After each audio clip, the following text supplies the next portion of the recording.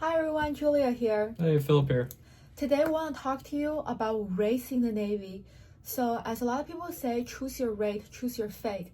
So when you decide to enlist in the Navy, here are some things maybe you should know about the rates, and we're also going to go through talking about some rates that we are familiar with, the pros and the cons, and what our recommendations might be. Again, obviously Navy is very big, and everything we say is just from our experience and our very limited point of view.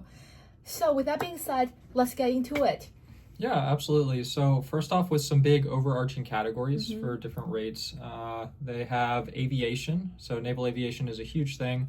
Believe it or not, the Air Force isn't the only service that flies planes. So there are dozens of different aviation rates. There are also construction ratings, which we'll go into a little bit. That has a bunch of different subcategories. Medical, and then administration, which is very wide. It's like administration, deck, technical, weapons, specialty ratings. There's a lot in there that's kind of lumped together. And then engineering and hull ratings, which is what we deal a lot with on the nuclear engineering side of things.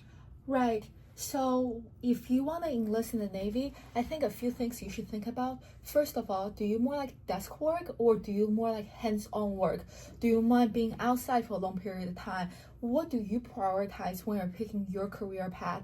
So a few things that we think is very important are post-Navy job opportunities, the amount of training and school you can attend while you're in the Navy, whether or not you're getting a clearance such as TS or secret level clearance, and your signing bonus, re-enlistment bonus, and your ability to advance fast in the Navy. I think those are the things you should be thinking about while you're choosing your career. Absolutely. Yeah, when people say they joined the Navy, like that could mean so many different things. You could literally be a construction rate who's a steel worker, or you could be a yeoman who sits at a desk and does administrative paperwork. There are so many different things you can do, and all the training that they're going to put into you for that will affect what job opportunities, like she was saying, you can do afterwards. For example, nukes, they go to years of schooling in Charleston on submarines or aircraft carriers, and they learn how to actually operate these things. Right. Okay, so let's talk about, first of all, the largest rating in the Navy, which is Hospital Corpsman, HM. There are over 25,000 active duty and reserve sailors. So what is your view on being a corpsman? Yeah, so a lot of people will talk badly about corpsmen. Back when we were at the Naval Academy, there was this stigma around BMU. That was our brigade medical unit. There were corpsmen that worked there, and they'd say, "Oh, you go to BMU, and they'll give you a bottle of Motrin and send you off on your way." But that has nothing to do being enlisted as a corpsman. Exactly. I'm saying there are certain stigmas around certain I think things. that's more with like government medical rather than individual rate. Yeah. In my opinion, so the con of being a hospital corpsman is that it is a great job. So most people with HM ratings work in a large hospital like Walter Reed, and it's basically like a 9 to 5 normal jobs, but with added on military benefit, and that's why so many people choose corpsman as their career path. However, there are some cons you should also be thinking about. First of all, there's so many people want to be a corpsman because it is a comfortable job, like relatively comfortable job in the Navy. So the advancement rate would be a lot lower if you're looking at the overarching stack. So unless you're very confident in your ability, you might stuck as an HM3 for a longer period of time, right? And also, if you get stationed on a smaller ship, you might have the workload might increase a lot. So a smaller ship like a destroyer, right? We don't have a doctor. So at HM1, you're responsible for like 200, 300 people's like every day in and out medical issues. And that is a very, very large responsibility. You're basically working at a family doctor's level, but you're still only getting paid as a first class in the Navy. Yeah, I absolutely agree. On our ship, we had close to 400 people, and I think we had 2 HMs and 1 chief HM in that entire department. They're very busy. Yeah. Right. So if you do decide to become an HM, maybe the better career, like to be more comfortable for your lifestyle, it might be better if you get stationed in a larger hospital or even a ship, go to a bigger ship rather than a smaller ship. However, if you do go to a smaller ship, that would be better for your career, for your advancement rate? Yeah, they were promoting. When I was there, I think all of them promoted at least once or twice. So Right. All right, so that's the first one. And the second one I want to talk about is the nuclear field. We're going to make another video about if you want to enlist as a nuclear sailor, what do you need to know, and the different rates. We'll dive into details and the deeds about being a nuclear sailor. However, just overarching, we think the good parts, so the pros about being a nuclear sailor is that you have massive signing bonus and start re-enlistment, which you directly become a second class, which a lot of other rates takes about 5 years to make. After prototype, as a first class, one of my sailor, she re-enlisted after being an MM1. Her re-enlistment bonus is $160,000, which her paycheck is going to be higher than mine, right? And a lot of training, including nuclear power school, and a lot of opportunity after you leave the Navy. You're guaranteed a secret clearance, if not a top secret clearance. However, there's also the con side. You have much longer working hours. You are going to be in the worst duty section rotation on your ship. If you go on a submarine, it's most likely to be a 3-section or port and starboard your entire time. And that's how, like, if you're in the yards or in ports, not Right. underway, then you'd be, if you're in 3-section, on the ship for 24 hours every 3 days. That's what that means, to be on duty. Right. And also, you have to be good at taking tests. I met a lot of very smart sailors in nuke school who could not finish because they just say they're not good at taking tests. So that should be something taking into consideration. If you're good at working with your hands or good at learning, but you're not just a good test taker, the Navy nuclear field might not be good for you, because like not only you be taking tests at nuclear power school, but after the Navy, once you're actually on your ship or on your submarine, you will still be required to take proficiency test. We call that CTE, basically every month. And if you don't pass, you'll be put on plus hours and stuff like that. Yeah, after you finish the school, the testing doesn't end while you're still in the Navy. Right. It's also a very strict. You're surrounded by very smart people very much by the book. So that's something to take into consideration. A lot of people have developmental health issues, but they cannot. It's much more restricting. Again, we're gonna talk about the nuclear rates in the next video. All right, let's moving on. I know another thing that people are very attracted to while looking at joining the Navy is a Navy Special Warfare, like that big category, right? So you have EOD, Navy Explosive Ordnance, and then Navy divers, air rescue swimmers, special warfare boat operator, and of course Navy SEAL. For those, you have to be very, very physically fit and like mentally strong, I suppose. Like Philip went to the Navy Rescue Swimmer School, and why don't you tell them the passing rate? Yeah, so it's SAR swimmer. It's not a rate per se, at least on the surface side of things, but it was a additional school that you can go to because every ship has to have at least 2 SAR swimmers. I think it's 4 on carriers. So there is that need for all the ships in the Navy to have some of them. So it's very sought after, but there are only 2 schools, one on the East Coast, one on the West Coast, and the one I went to, we started with like 32, 33 people and ended up graduating 11. So it was very difficult. So they put you through the paces for sure. Absolutely. And for a lot of it, such as like rescue swimmer and Navy diver, people think they only need to be good swimmers, but they also have to be really, really good runners. So if you're thinking of attempting, to get into one of those rates, you have to have the expectation that potentially if you don't pass the school or the screener, are you okay if they re-rate you to like an engineering rate or some other rate where the Navy needs you, right? Like the Navy's needs are always above your personal needs. Are you going to be okay with it, or are you just a die-hard, I have to go special warfare? If that's what you want to do, you want to do this like Fast and Furious, I don't know. Like maybe you can, maybe you cannot. It's really a personal decision everyone has to make. Absolutely. And then some other rate that we personally kind of recommend is ITCTET. So those, you almost all get a secret clearance. You receive a lot of training. You have pretty big signing bonus, and you have pretty good job opportunities after the Navy. the duty rotation and the working hours are less strenuous than nuclear sailors. But on the other hand, the bonus is obviously a little bit smaller too, and you also don't advance as fast as you could potentially as a nuclear sailor. But those are still very, very good rates. Yeah, absolutely. You'll be dealing with a lot of smart people there too.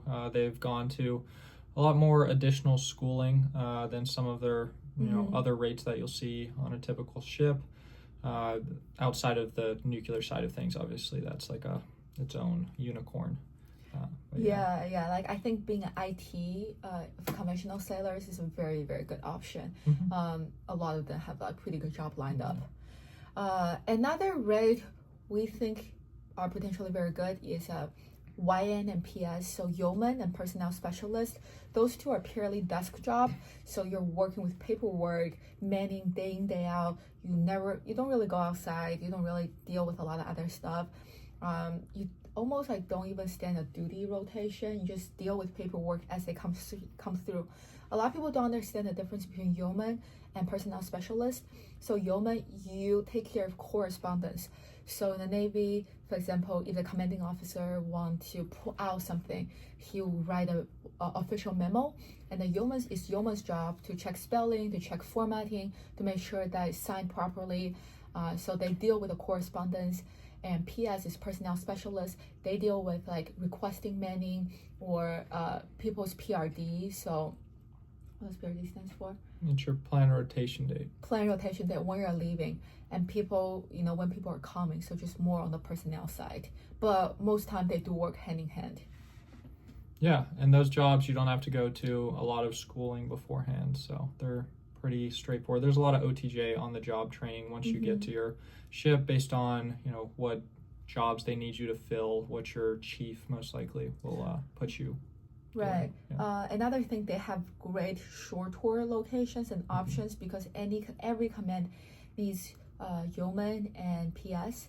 The only thing is you do not learn that much technical stuff, so the skill you learn in the Navy doesn't really transfer very well to the civilian world.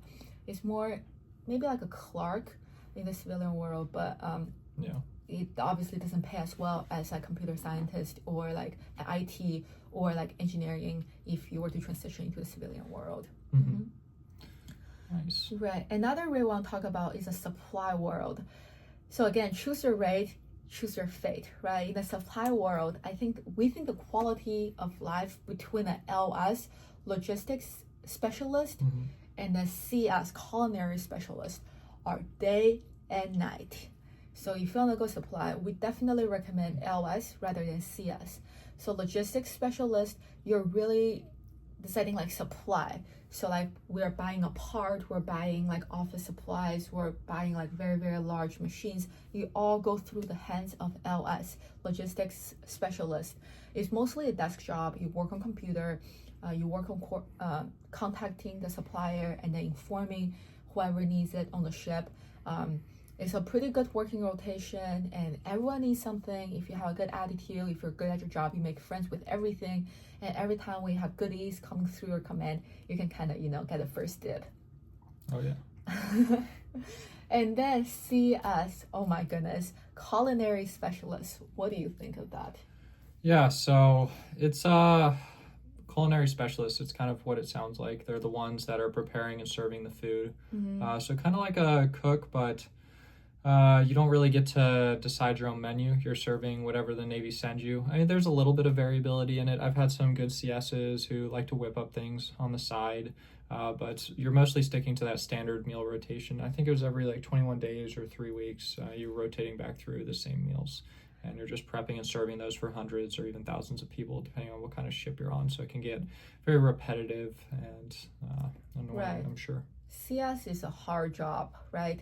You're working in the super hot kitchen all day, every day. You're cleaning. You're waking up before the ship wake up to cook breakfast. You're staying up until everyone finish.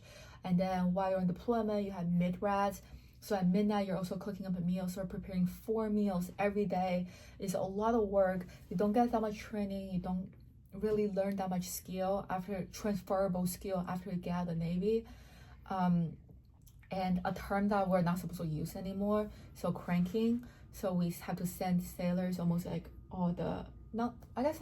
Yeah, like to be an conventional FSA, it's sailors, called. yeah. It's a food service assistant. So Right. it's not so much on the nuclear side of things because our sailors get so much training. We don't want to send them and do things like that. But topside or non-nuclear billets will send their people to For 3 months. do that cranking or Right. FSA for a few months at times. Right. But like with that being said, CS, most CS I've met are pretty happy people. So again, like a tough group of individuals, just a really tough job. So if you are considering enlisting, we don't recommend going culinary specialist. If you want to go supply area, LS, again, better quality of life. That's all we can hope for, right?